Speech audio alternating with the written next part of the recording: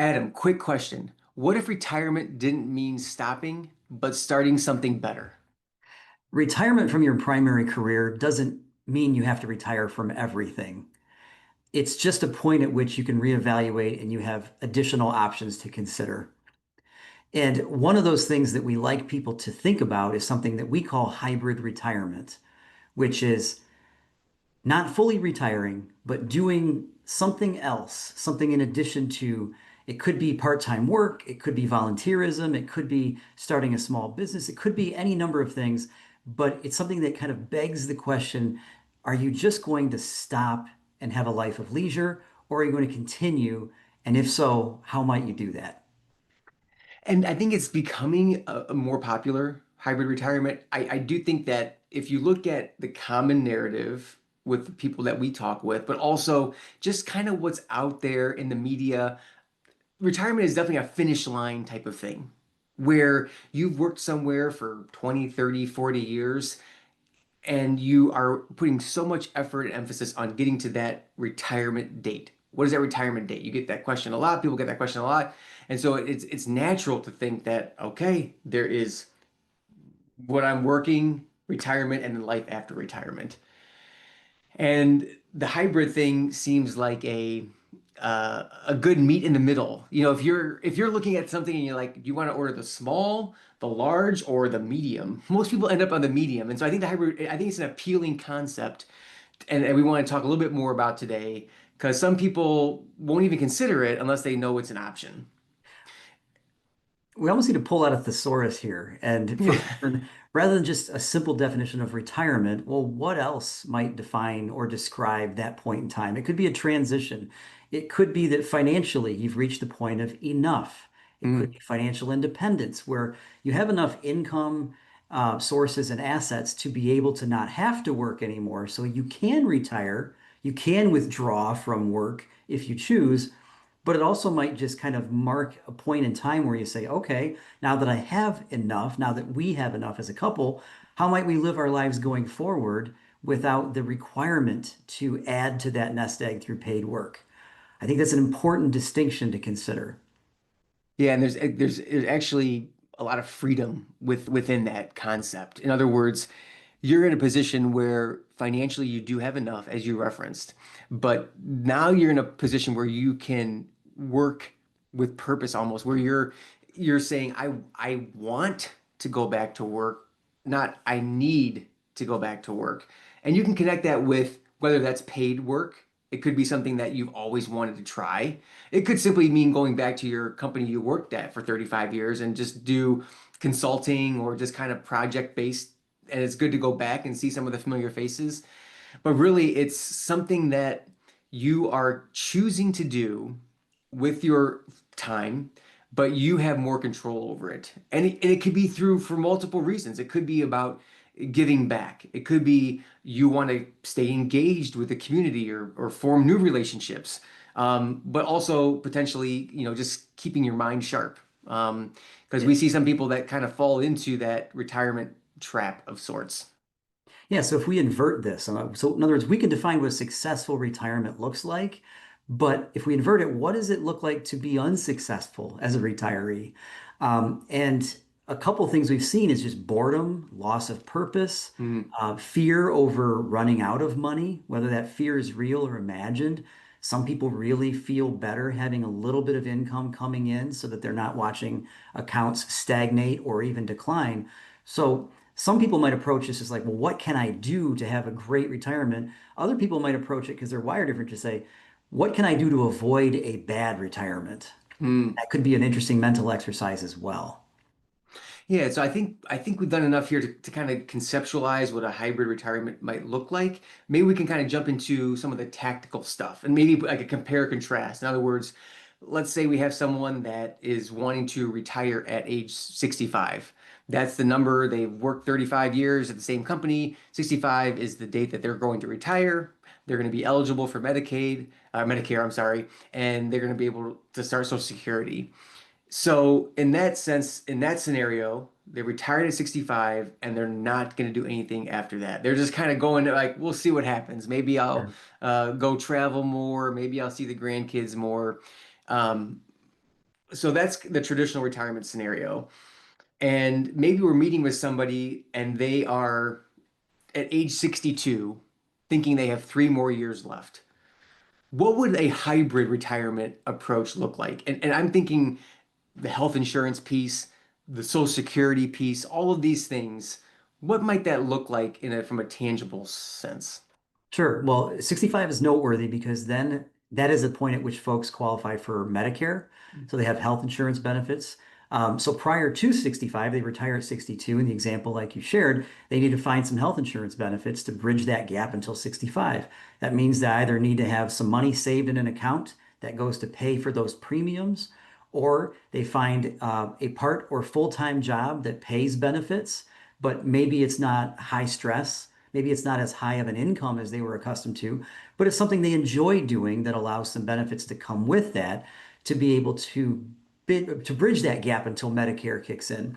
And then there's also the realities of 401k withdrawals, pensions, that sort of a thing. So we need to align those withdrawals and those benefits with their working timeline to the extent that somebody can maybe step into a hybrid retirement. They don't have to take as much money out of those plans as quickly because they got a little bit of money coming in. So there's tax consequences and tax strategies. There's investing and risk uh, strategies to consider. So the 65 and done, I'm retiring to a life of leisure, it can be a little cleaner, but it can also be void of purpose and void of excitement. And, there's those challenges. But retiring prior to 65, we've got these other concerns, including health insurance and these other matters that we really need to plan through. And that's part of the process that we tend to do with earlier retirees. Yeah, and some people might view those as a negative, where it's like, oh, it's more complicated to figure out the health insurance or more complicated to, figure out what my expenses are and how much I need to make and where am I going to find that job. I think that the positives are is that it would allow you to kind of take the foot off the gas before 65. In other words, if you're feeling stressed out, you can start maybe a hybrid retirement at 63, figure out the health insurance at 65, but that would allow you to maybe work the hybrid piece, the part-time gig until 67, 68, 69, or beyond. And that not only takes the pressure off of your portfolio that you don't have to take withdrawals from, but it also allows you to defer Social Security potentially, which would increase the benefits for long term. And so those I wanted to focus too on the positives, the mathematical financial positives, not to mention also the I'm working with a purpose or I have relationships I can maintain. I'm not just being bored at home. So the idea here would be to make your quality of life better earlier, but it might allow you to want to work longer. And I think the sneaky thing is that your current employer might be open to this already. In other Yes. words, you think I'm going to retire at 65, but they would love to keep you on in a part-time basis and maybe even pay for your health insurance. All of a sudden, you don't even know what's available because you haven't communicated what you're actually looking for. Yeah, so imagine you did some financial planning ahead of time, and we determined collectively, collaboratively, that yes, you have enough. You could retire right now if you want to. But what if you're not super excited to do that? You'd like to be part of the group. You like to have purpose. You like to continue to work, but you'd like to reduce your stress or maybe have 4 or 5 day weekends instead of the traditional. When you reach that point of enough and because we've run the numbers, you can go to your employer and say, hey, I'm in a position to retire, but I'm not sure I want to yet. Is there an opportunity to step into this thing called a hybrid retirement, which really roughly translates to, can I work part-time for a while so Hmm. that you don't lose my skill set, you don't lose all my expertise, and I can stay part of this community that I really enjoy? Oftentimes we've seen that the employer is like, yes, that would be great. We're not ready to replace you. We need somebody to be trained. We would love to have you on a couple few days a week and pay you similar to what you were earning before.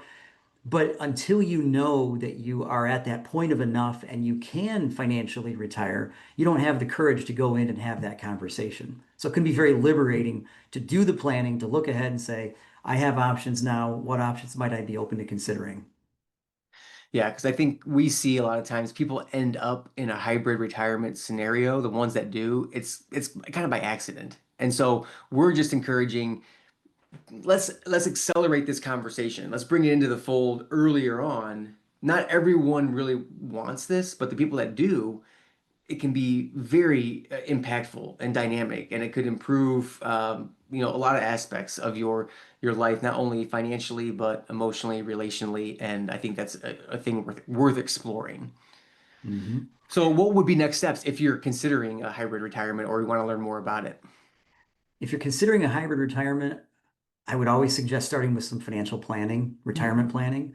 Know where you are. So in other words, if somebody wants to lose weight, well, you got to step on the scale, figure out where you are, where you need to get to have that amount of enough to have the optionality that we'd like to talk about. So start by assessing your financial wherewithal, and then also start to think about what would I like to do if I only had to do it 2 or 3 days a week? What if I didn't need to make as much money as I make now? What have I always considered would be fun?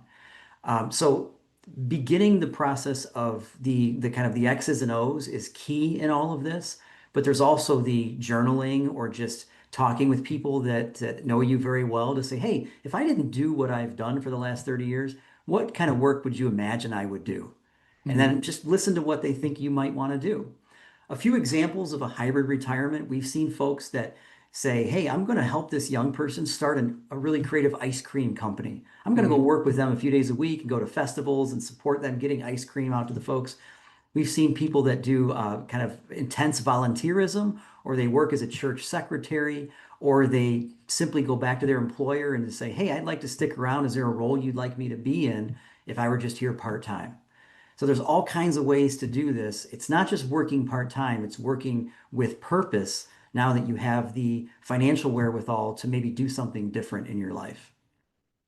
And I think it's super important because I think getting the right professionals in place too. In other words, the health insurance thing can seem intimidating or overwhelming, but it may not be all that once you talk to someone that does it for a living. Or same thing with it's whether it's taxes or investments. Those things are so important because typically people only retire once or twice. It's like one of those things that it can seem overwhelming, but walking along somebody that does it all the time, I think would be a good place to start. But yeah, that base layer of the pyramid would be figuring out the financial planning piece of it all. Do I have enough to be able to even explore, consider this hybrid retirement?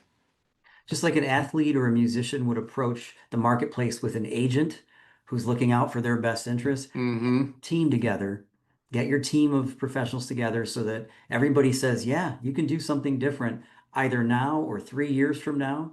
And from there, like the world is your oyster. Yeah. The options open up, and what a powerful, exciting place that can be. So we encourage people to at least consider what a hybrid retirement might look for them and get the financial planning piece to allow you to really exercise those options if you see fit to do so. Excellent. That's a good place to stop and look forward to the next conversation.